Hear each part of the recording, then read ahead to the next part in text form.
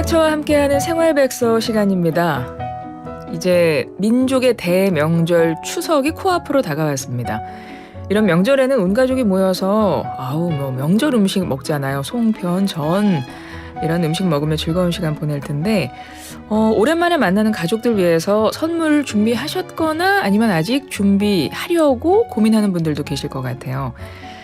특히 추석 맞아서 명절 선물로 건강기능식품 많이들 구매하시는데요.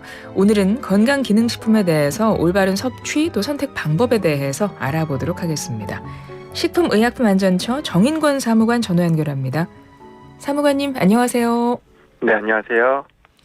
다음 주면 민족 최대 명절 추석입니다. 사무관님 부모님들을 혹시 선물 구입하셨습니까? 네, 저도 올 추석엔 부모님 건강을 생각해서 환절기 면역력 증진에 도움을 줄 수 있는 건강기능식품하고 약간의 용돈을 준비했습니다. 네, 건강기능식품 준비하셨군요. 이렇게 사무관님처럼 그런 선물 많이들 준비하시거든요. 그런데 네. 이게 과연 일반 식품하고는 건강기능식품이 어떤 점이 다른 겁니까? 네, 일반 식품은 우리 신체에 기본적인 영양소를 공급하거나 식욕을 충족시킬 목적으로 섭취하는 식품을 말합니다. 그리고 건강기능식품은 일상적인 식사에서 부족하기 쉬운 영양소나 건강유지, 증진에 도움이 되는 기능성 원료가 들어있는 식품으로 여기에 사용되는 기능성 원료는 식약처가 과학적인 평가 등을 통해서 안전성과 기능성을 인정해주고 있습니다. 정리하자면은 일반 식품과 건강기능식품의 차이는 식약처가 인정하는 특정한 기능성이나 효능을 가진 성분이 별도로 포함되어 있는지 유무로 구분하실 수 있습니다. 건강기능식품이 질병을 치료할 수 있거나 그런 건 아니죠? 네, 그렇습니다. 예, 그러니까 의약품이랑 어떤 차이가 있습니까? 네, 많은 소비자분들이 건강기능식품을 의약품으로 오해하는 경우가 있는데요. 건강기능식품에도 기능성 성분이 포함되어 있기는 하지만 이러한 성분이 특정 질병을 치료하거나 예방하는 의약품과 같은 효과를 내는 것은 아닙니다. 또한 사용 원료의 함량과 품질에도 차이가 있어서 제품의 효능, 효과를 표현하는 방식도 서로 다른데요. 예를 들자라면은 일반 의약품 비타민 D는 뼈나 이의 발육 불량, 구루병 예방에 효능 효과가 있다고 표현할 수 있지만 비타민 D를 원료로 사용한 건강기능식품은 골다공증 발생 위험 감소에 도움을 줄 수 있다는 기능성만 표현할 수 있습니다. 즉 의약품은 병을 치료하고 예방하는 목적이라면 건강기능식품은 건강을 유지하거나 영양 보충을 목적으로 한다고 보시면 됩니다. 건강을 유지하거나 영양 보충이 목적이다. 그러면 이런 건강기능식품은 언제 먹는 게 좋을까요? 밥 먹기 전 아니면 밥 먹고 나서 그런 게 있나요? 네, 대부분의 건강기능식품은 식전, 식후 또는 아침과 저녁 등 시간에 관계없이 드실 수 있습니다. 다만 일부 제품은 섭취 시간대를 조정하면 좀 더 좋은 효과를 기대할 수 있는데요.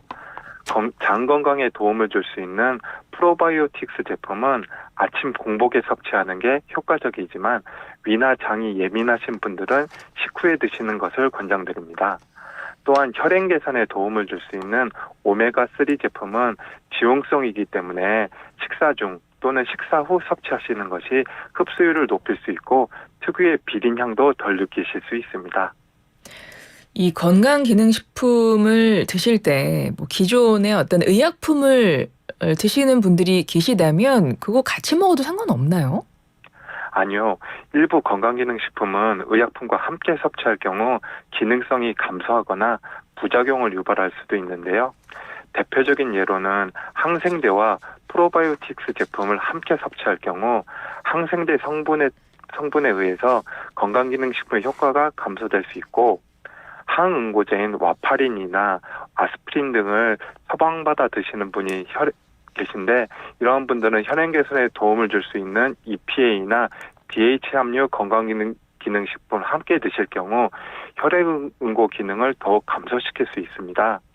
따라서 기저질환으로 의약품을 드시는 분들은 반드시 건강기능식품 선택 시 의사나 전문가와 상담 후 구매하셔야 부작용을 예방하실 수 있습니다. 네. 추석 때 이런 거 이제 많이 선물로 받으실 거기 때문에 추석 이후에 선물로 받은 제품을 개인 간 거래하는 경우가 좀 있다고 해요. 이게 지금 거래는 가능하게 된 거죠?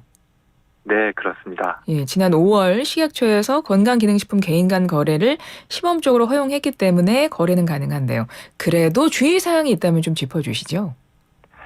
네, 말씀하신 것처럼 식약처에서는 선물용이나 구매 후 보관 중이던 건강기능식품이 버려져서 자원 낭비로 이어지는 것을 방지하기 위해서 소규모 개인 간 거래를 내년 5월 7일까지 한시적으로 허용하였습니다.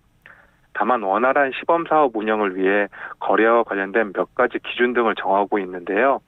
일단 개인 간 거래는 당근마켓과 번개장터 두 곳의 중고 플랫폼에서만 가능하고요.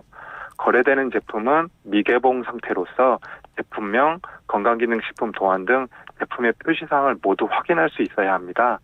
또한 소비기한이 6개월 이상 남은 실온 또는 상온 제품만 가능하고 거래 규모는 한 사람당 연간 10회, 30만 원 이내에서만 거래할 수 있습니다.